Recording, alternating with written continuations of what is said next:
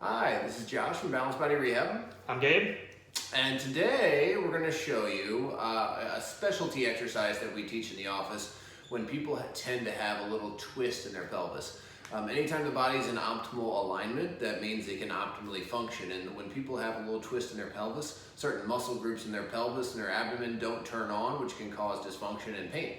So, a specialty exercise we teach for a most common condition of the pelvis we find is called the 11 o'clock correction. Now, what we mean by that is if you think of your pelvis like a clock, and we have a clock here on Gabe's pelvis, and the clock is facing up towards the ceiling, this is 12 o'clock at the top, 3 o'clock, 6 o'clock, 9 o'clock. Okay, so you get that visual. I'm going to remove the clock now and put it down here, and we're going to show you the 11 o'clock correction. A lot of times people can have a twist in their pelvis where their pelvis is lifted up on the right side, or it's twisted with the right side of the pelvis forward. That means that the front part of the pelvis is dipped down kind of in that 7 o'clock direction. We want to untwist the pelvis and move it in an 11 o'clock direction. And so in order to do that, I'm going to have Gabe do a couple of combo movements and then move it towards the 11 o'clock. So Gabe do 12 o'clock. And when he does 12 o'clock, that means his back is flattening. He did it right there. He just flattened his back, okay? Relax now, Gabe. Good. Now move it to 9 o'clock, which is just meaning the pelvis is facing towards the camera there, moving to the right, okay? So 11 o'clock correction is whenever we take the pelvis and move it at a diagonal, a combination of 9 and 12. So Gabe, try to move it there. Good. So really the right side of his lower back, or the right side of his pelvis, is moving down towards the mat. Because Gabe's pelvis always wants to come up on that right side, we're going to have him hold that while we do a bridge. So this is called the 11 o'clock bridge. So hold that, Gabe, and go ahead and come up then. And what he's trying to do is just maintain that position as he comes up just like that. Good, and back down. And we're going to do several repetitions of that. Okay, come back up. Now to challenge it a little bit more, I'm going to ask Gabe, so hold that up there, Gabe, and now lift just a percentage of your left leg up in the air just a little bit. So you don't even see it. He's lifting it up now, and what he's trying to do is not allow this to dip down, or actually not allow the left side to dip up. Gabe, show him what happens if you're not contracting well. Boom, this side swings down and he can't stabilize it. But if he squeezes his right glute and really holds that 11 o'clock and then raise that leg, he's able to do it. For people that are more weak than Gabe, sometimes they can't even raise the whole leg up. So I ask him to raise a percentage of the weight of the leg just to challenge that. And then, so maybe we'll have them have 80% of the weight on the right leg and 20% on the left, and they maintain that difference while they do the bridge, really challenging that right side. As you continue to work the gluteus maximus over there and challenge it more, you'll become more stable, and that stability in this position then transfers to the more functional positions of walking and running, so that you can maintain that pelvic stability when doing those things and eliminate the pain you may have on the one side. Okay, so that's one example of an 11 o'clock correction.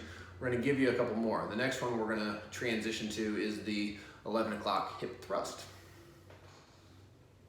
All right, so the next one we're going to do in the 11 o'clock correction series is a hip thrust. And a hip thrust is whenever you support yourself on your forearms like Gabe is. This could be off an ottoman at home if you have a weight bench or a table that works well. But you support yourself, even off the bed may work. But you support yourself on your forearms, and then you let your hips drop down below the level of that surface that you're on. And then we're going to bring our hips up like we were doing the bridge previously. The reason we do this sometimes other than the bridge is because sometimes on the bridge your hamstrings can turn on too much, and it's hard to get it into the gluteus maximus. In this position, sometimes it's a little easier to get the gluteus maximus to fire versus hamstrings. So that's why we do this one too. So Gabe, try to do that 11 o'clock motion. So he's in air here, but he's trying to move the pelvis back to the right, down and back to the right over here to get that 11 o'clock tilt. He's going to hold that and then simply raise his pelvis in the air. And what I encourage people to do is say, squeeze that right buttock, squeeze, squeeze, squeeze over there on that right buttock, and raise up another inch higher, Gabe, while holding it. Good. Now raise up another inch higher while holding it. The whole time he's trying not to allow that pelvis to shift out of place as he's squeezing it there. Good, he's holding it there. Now, Gabe, I'm going to ask you to hold that position and raise your left knee up in the air without moving. Awesome. Gabe's got great activation, so he's able to do it. And down. If he wasn't able to do it, I would again just say, okay, raise just a percentage of this leg up.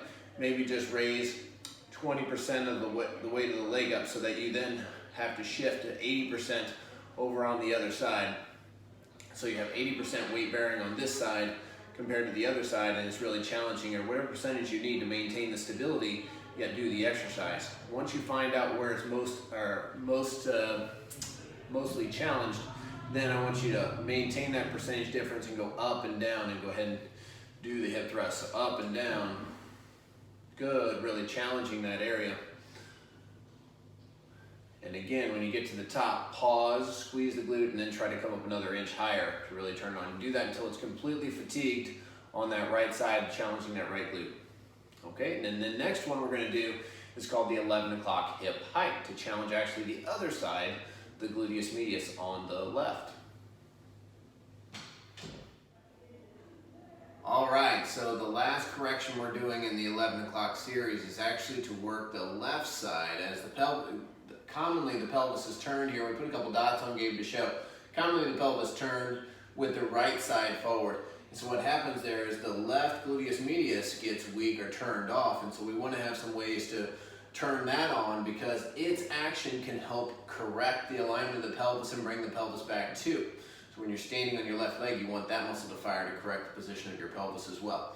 So what we're doing here in this exercise is Gabe is actually going to be standing on a stool. You can replicate this at home by standing on a step or an aerobic step, or your stairs. Have your other hand on a railing or a banister to help give you support, to help control your motion here. What we're going to do is try to accept most of the weight through this left leg, and Gabe's right arm is really just giving him balance there so he doesn't fall off.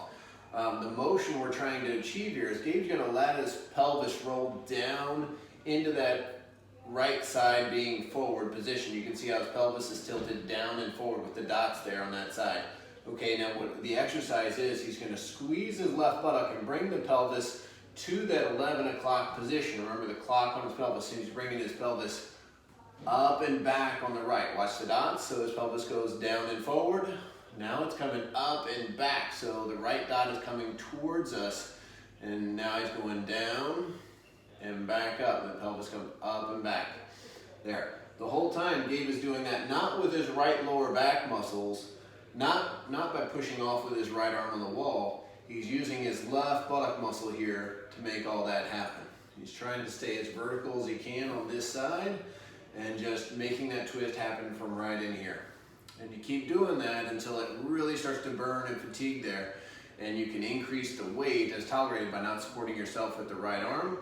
And then if you want to challenge it even more, we've had patients put up to as much as 20 pounds at ankle weights, or something else like a heavier boot, to challenge the left gluteus medius more in that position. Okay. All right, guys, that's our 11 o'clock series. I hope it's been helpful, and let us know if we can do anything further.